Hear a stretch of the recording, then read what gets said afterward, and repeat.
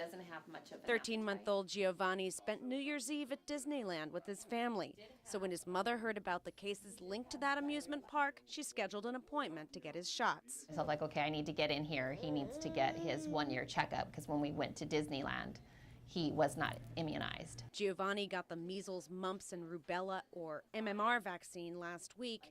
Now he's got a rash and a cough. What's wrong? What's going on? Huh? Giovanni doesn't have a fever or other measles symptoms, but just to be sure, Dr. Dennis Wu wears gloves and a face mask and orders a lab test to be 100% certain. The good thing with this is that it reminds people that these illnesses still do exist and that it will open up discussions.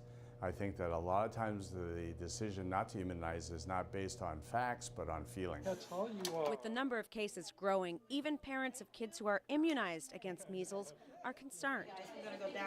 Juliette's parents are planning a party at Disneyland for her 2nd birthday, but now their relatives are having second thoughts about coming. My sister actually has 2 kids, and one of them is under a year old and hasn't had his MMR shot yet.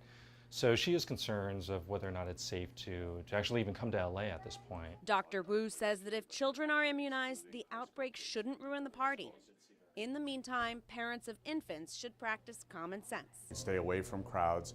If you do travel, you try to stay away from people, and you can protect your child to a certain extent, realizing that anytime you go anywhere, there's a certain risk of exposure, and you accept that. Public health officials in Orange County have told unvaccinated children at schools where there's been confirmed cases of measles to just stay home. If there is an outbreak in your school and you are not protected, you will be excluded from school for 21 days.